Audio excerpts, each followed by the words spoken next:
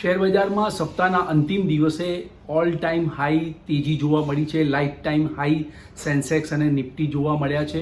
શેરબજારના તમામ સેક્ટરમાં આપણને બાઇંગ જોવા મળ્યું છે. હવે પ્રશ્ન એ થાય કે આગામી સપ્તાહે શું? આગામી સપ્તાહે તેજી નવા રેકોર્ડ બનાવશે કે પછી આ જે સેન્સેક્સ અને નિફ્ટીના જે રેકોર્ડ બન્યા છે, જે નવા હાઈ બન્યા છે, તે ત્યાં અટકી જશે? એ પ્રશ્નનો જવાબ આપણે મેળવીશું. તેમજ આજના કેટલાક મહત્વના સમાચારો ઉપર પણ નજર કરીશું. ઇન્વેસ્ટિંગ A to Z માં તમારું સ્વાગત છે મિત્રો. હું ભરત પંચાલ. મિત્રો, આજે શેરબજારમાં ઓલરાઉન્ડ તેજી જોવા મળી. સપ્તાહનો અંતિમ દિવસ હતો. ગઈકાલે આપણને પ્રોફિટ બુકિંગ ઉપરમાં જોવા મળ્યું. મિડ કેપ અને સ્મોલ કેપ શેરોમાં પણ પ્રોફિટ બુકિંગ હતું. પણ આજે નવું બાઇંગ આપણને જોવા મળ્યું છે. સેન્સેક્સ અને નિફ્ટી સડસડાટ વધી અને ઓલ ટાઈમ હાઈ અને લાઈફ ટાઈમ હાઈ નવા શિખરો સર કરી દીધા છે. એટલે જેને કહેવાય કે ટેકનિકલી તમામ લેવલો ઉપર ક્લોઝિંગ આવી ગયું છે. એટલે આપણને એવું થશે કે હવે આગામી સપ્તાહે શું, તો એનો જવાબ પણ આપણે મેળવીશું. પણ પહેલાં આપણે આજના બજારની ચાલ ઉપર પહેલાં નજર કરી લઈએ. તો મુંબઈ શેર બજારનો જે સેન્સેક્સ છે એ 83,603ના ઊંચા મથાળે ગેપમાં ખુલ્યો. શરૂઆતમાં સામાન્ય ઘટ્યો, 83,187 થયો. ત્યાંથી સડસડાટ ઉછળીને 84,694ની નવી હાઈ બનાવી અને ત્યાંથી ટ્રેડિંગ સેશનને અંતે 84,544.31નું ક્લોઝિંગ આવ્યું છે, જે 1359.71નો ઉછાળો દર્શાવે છે. એટલે 1.63%નો ઉછાળો આવ્યો છે આજે. તેવી જ રીતે નેશનલ સ્ટોક એક્સચેન્જનો નિફ્ટી ઇન્ડેક્સ 25,525ના ઊંચા મથાળે ખુલ્યો. સામાન્ય ઘટીને 25,426 થયો. ત્યાંથી ઝડપી રોકેટ ગતિએ ઉછળી અને 25,800ની સપાટી કુદાવી 25,849નું નવું શિખર બનાવ્યું છે. ટ્રેડિંગ સેશનને અંતે 25,790.95 બંધ આવ્યો છે, જે 375.15નો ઉછાળો દર્શાવે છે. નિફ્ટીમાં 1.48%નો ઉછાળો આપણને જોવા મળ્યો છે. આજે એડવાન્સ નેકલાઇન રેશિયો ઉપર વાત કરીએ તો નિફ્ટી 50ના જે સ્ટોક છે એમાં 44 સ્ટોક વધીને આવ્યા, 6 સ્ટોક ઘટીને આવ્યા. ઓવરઓલ માર્કેટની વાત કરીએ તો 1852 સ્ટોકના ભાવ વધીને આવ્યા, 923 શેરના ભાવ ઘટીને આવ્યા, 69 સ્ટોક છે એ અનચેન્જ રહ્યા. 52 વીક હાઈલોની વાત કરીએ તો 122 સ્ટોક હતા એ વર્ષની નવી ઊંચી સપાટી બતાવી છે. 37 સ્ટોક છે એને વર્ષની નવી નીચી સપાટી બતાવી છે. સર્કિટ બ્રેકરની વાત કરીએ તો 114 સ્ટોકમાં અપર સર્કિટ લાગી હતી, 63 સ્ટોકમાં લોઅર સર્કિટ લાગી હતી. આજના ટોપ ગેઇનર અને ટોપ લૂઝર્સ પર નજર કરીએ તો આજના ટોપ ગેઇનર્સ છે Mahindra and Mahindra, ICICI bank, JSW steel, Larsen and Toubro અને coal India. Top losers Grasim, state bank of India, NTPC, IndusInd bank અને હીરો મોટો. તો મિત્રો, આ હતા બજારની આજના બજારનો ટ્રેડ. હવે જોઈએ કે જેને કહેવાય કે માર્કેટમાં આજે તેજી આવવા પાછળનું મુખ્ય કારણ શું? તો કે એશિયાઈ સ્ટોક માર્કેટમાં ખાસ્સા બધા તમામ સ્ટોક માર્કેટ આજે પ્લસ હતા. જાપાનનો જે નિકાઈ ઇન્ડેક્સ છે એ 568 પોઈન્ટ પ્લસ હતો.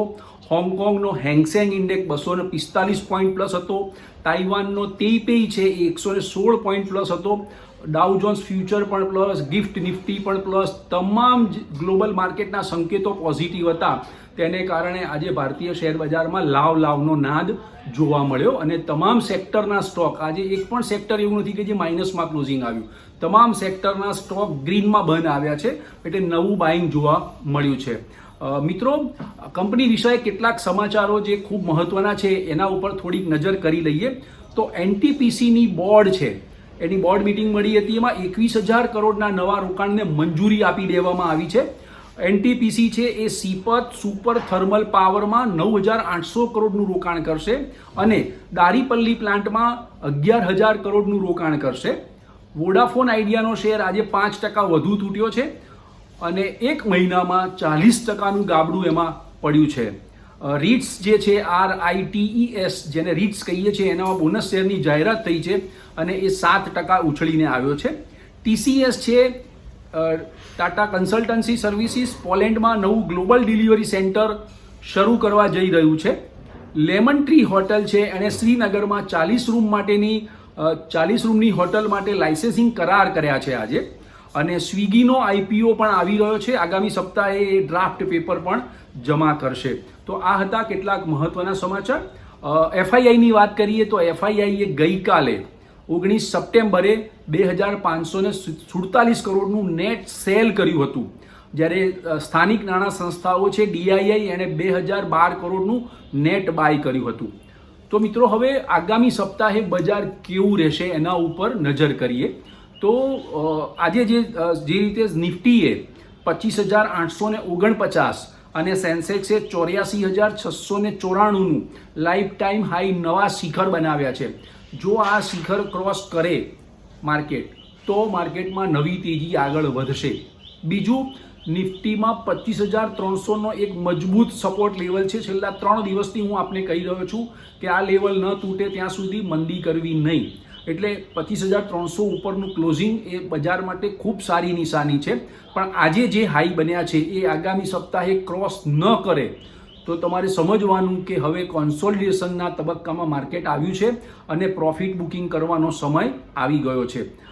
હું તમને જણાવું કે ઇઝરાયલ અને હિઝબુલ્લા વચ્ચે તંગદિલી વધી છે. એટલે આ એક નેગેટિવ ન્યૂઝ છે આપણા માટે. જીઓપોલિટિકલ ટેન્શન વધ્યું છે, પેજર હુમલો થયો, ત્યારબાદ ઇઝરાયલ અને હિઝબુલ્લા વચ્ચે તંગદિલી વધી છે. આગામી સપ્તાહે જોઈએ એમાં શું ડેવલપમેન્ટ આવે છે અને વર્લ્ડ માર્કેટ એને કઈ રીતે વણી લે છે તે પણ આપણે જોવું રહેશે. તો મિત્રો, સેન્સેક્સ અને નિફ્ટીના જે હાઈ લેવલ આજે આપણે જોયા, ઓલરાઉન્ડ બાઇંગ જોયું, તમામ સેક્ટરોમાં ગ્રીન સિગ્નલ આપણે જોયું છે. પણ હાઈ લેવલ છે, ઓવરબોટ સિચ્યુએશન છે. ટેકનિકલી આ હાઈ લેવલ જોઈને ડરતા રહેજો. બહુ ખુશ થવાની જરૂર નથી, પણ ડરતા રહેજો, સાવચેત રહેજો અને પ્રોફિટ બુકિંગ કરતા રહેજો. મિત્રો, આ વિડીયો આપણે જે બનાવી રહ્યા છીએ તે માત્ર આપના એજ્યુકેશન પર્પઝથી અને માહિતી આપવા માટે બનાવી રહ્યા છીએ. આ વિડીયો આપને ગમ્યો હોય તો લાઇક્સ કરજો, શેર કરજો અને સબસ્ક્રાઇબ કરજો. Thank you very much.